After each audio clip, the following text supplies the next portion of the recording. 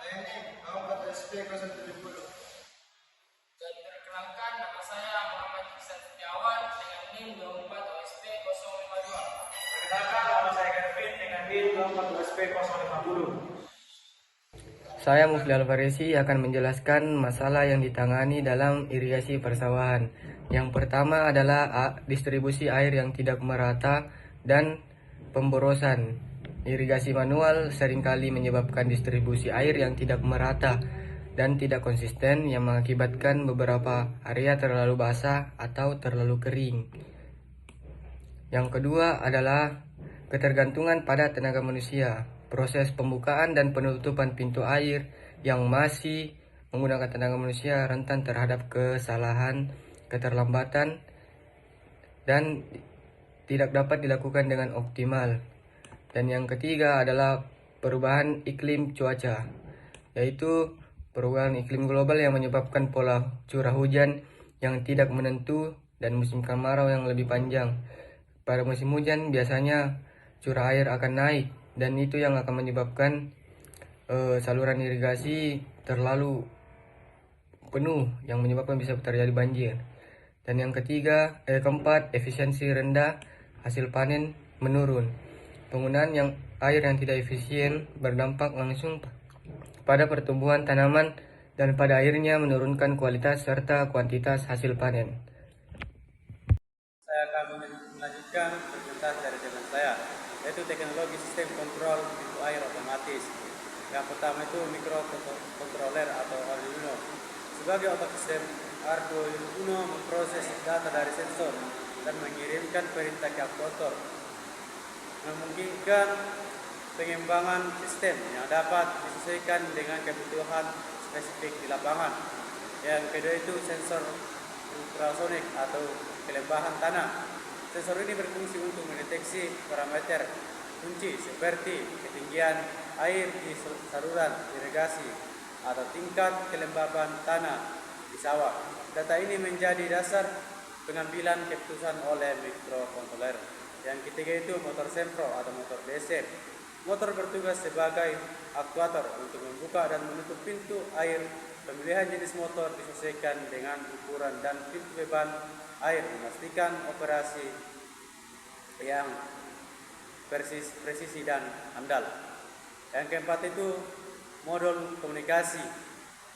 Modul ini memungkinkan pemantauan dan kontrol sistem dari jarak jauh melalui perangkat seperti smartphone atau komputer, memberikan kemudahan bagi petani untuk mengelola tanpa harus berada di lokasi.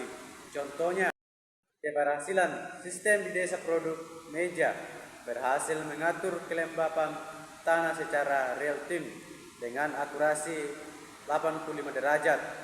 Potensi besar dalam meningkatkan efisiensi. Bagan sistem dan flowchart operasi. Bagan sistem kontrol irigasi otomatis. Sistem ini dirancang untuk bekerja secara sinergis, memastikan irigasi yang optimal. 1. Sensor. Sensor membaca data penting, ketinggian air, kelembatan tanah. 2. Arduino pusat kendali, memproses data dan membuat keputusan irigasi. 3. Motor penggerak pintu air, melakukan aksi buka dan tutup pintu air sesuai perintah. 4. Monitoring. Monitoring menampilkan status sistem, LCD, aplikasi, website, integrasi, telekontrol, dan bantuan real time. Sistem ini dapat diintegrasikan dengan teknologi telekontrol, memungkinkan petani untuk mengendali pintu air dan memantau kondisi sawah dari jarak jauh secara real time, memberikan fleksibilitas dan responsivitas yang tinggi. Flowchart operasi sistem. 1. Membaca data sensor secara terus-menerus, membaca ketinggian air atau kelembatan tanah di area persawahan. 2. Pengiriman data ke Arduino.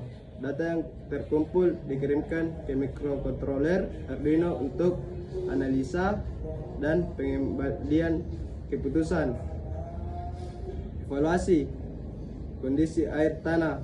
Arduino membandingkan data sensor dengan ambang batas yang telah ditentukan.